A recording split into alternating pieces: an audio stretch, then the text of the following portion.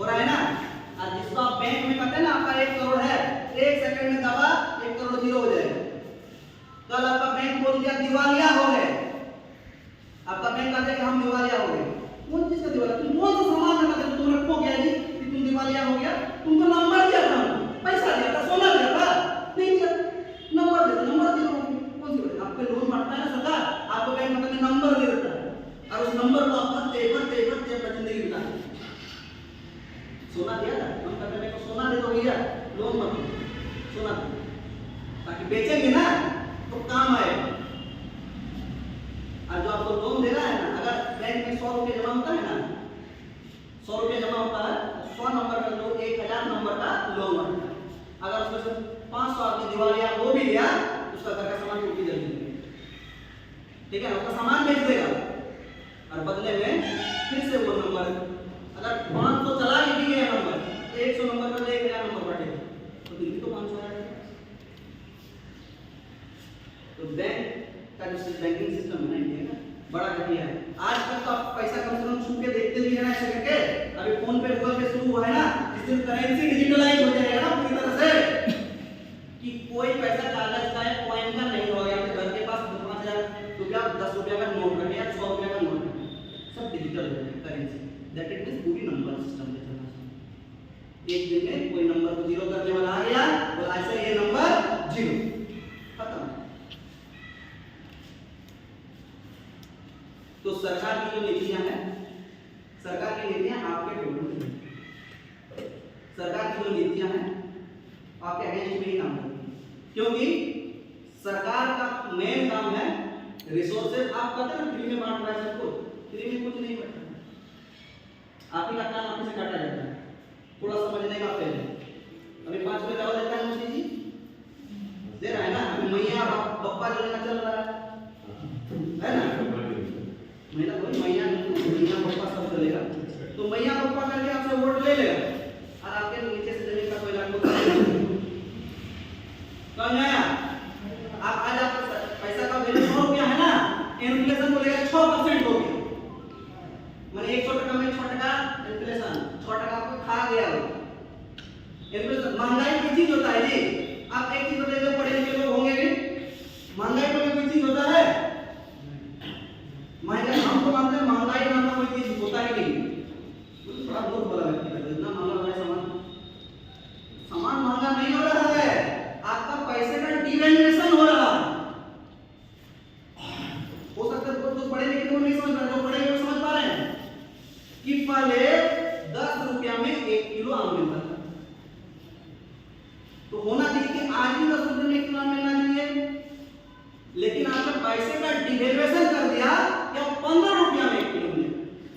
आम तो 1.5 किलो नहीं ना, आम मिल रहा है, लेकिन आपको 10 रुपये से 15 रुपये, यानी क्या हुआ, आपका पैसे का वैल्यू को घटा दिया, डिवैल्यूएशन हुआ।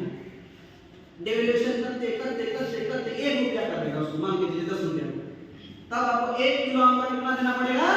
100 रुपया दे रहे हैं आज आपको। तो महंगाई तो कुछ पॉइंट नहीं है भैया, आम का उत्पादन और पैदावार से कोई मतलब ही नहीं है उसको। आपने क्या किया? डिवैल्यूएशन। डिवैल्यूएशन करके किसके पास गया? आप जो मेहनत कर रहे हैं ना, दिन रात काम कर रहे हैं, आपका पैसा निकाल रहे हैं, छीनेंगे तब ना बोलेगा छीना झपटी कर लिया, तरीका से निकाल लेंगे आप समझ भी नहीं पाएंगे, वो वही रहा। इन सारे चीजों पे अगर आपको चोट करना पड़ेगा तो इन सारे नियमों की तरह आवाज उठानी पड़ेगी, और इनके खिलाफ अगर आपको आवाज उठानी है तो आपको पढ़े लिखे लोगों को संसद और विधानसभा में भेजना होगा। और वहां जाने के लिए माटी का माउस चाहिए। माटी का माउस समझते हैं ना, जो जमीन से जुड़ा व्यक्ति, आप और हमें से ही कोई है ना। आप ऐसे व्यक्ति का निर्णय कीजिए, चुनाव कीजिए जो आपके भलाई को समझ सके, आपके भलाई को जान सके, तो आप में से हो और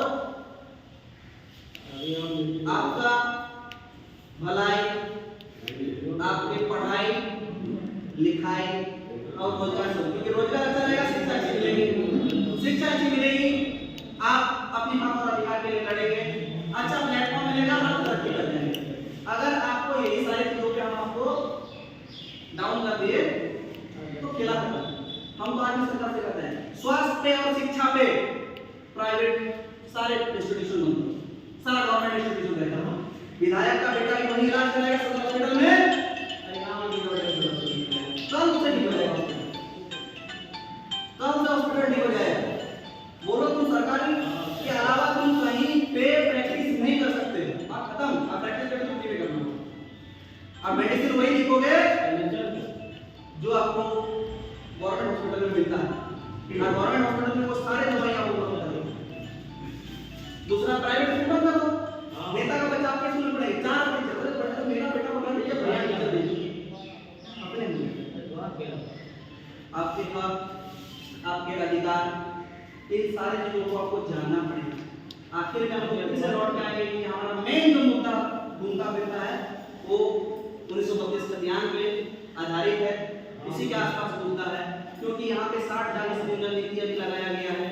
इसमें 60 कौन है और 40 कौन है ये परिभाषित नहीं है, कि 60% बाहरी है कि 60% भीतरी है। लोगों को थोड़ा खराब है कि बाहरी भीतरी वाला बात कर रहे हैं, हम बाहरी भीतरी का बात नहीं कर रहे, हम कह रहे हैं जो झारखंड में रहने वाला है वो झारखंडी है, लेकिन कब से रह रहा है वो झारखंडी है, ये तो बता दीजिए कि वो झारखंडी है। 1932 से जो रह रहा है वो झारखंडी है, 1985 से रह रहा है वो झारखंडी है, 2000 के बाद से रह रहा है वो झारखंडी है, या जब आया घर बनाया तब से झारखंडी है।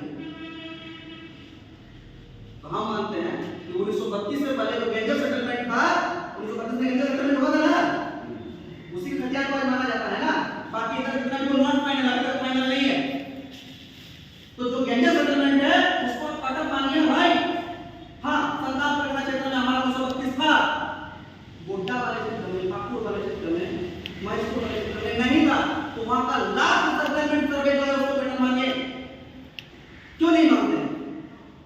बीजेपी इसलिए नहीं मानती है क्योंकि उसको बाहर वोट बैंक बाहरी है। और जो कहते हैं ना ओबीसी समाज है, चलिए एक बात बताते हैं, सबसे बड़ा पूर्वक समाज ओबीसी, सबसे बड़ा पूर्वक समाज कौन है?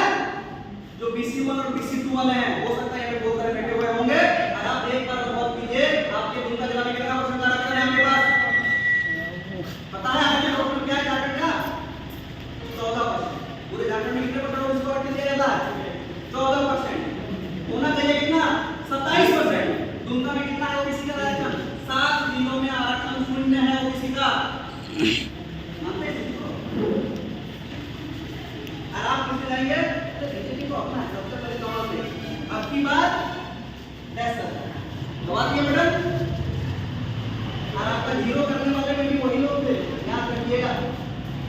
झारखंड गठन हुआ था ना, जब झारखंड गठन हुआ था उस समय सरकार बीजेपी की ही थी,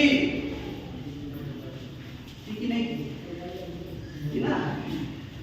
और बाबूलाल मरांडी बोलने गया था 1932 का ध्यान लगा, उन्होंने कान पकड़ के उतार दिया, कान पकड़ा था और उतार दिया।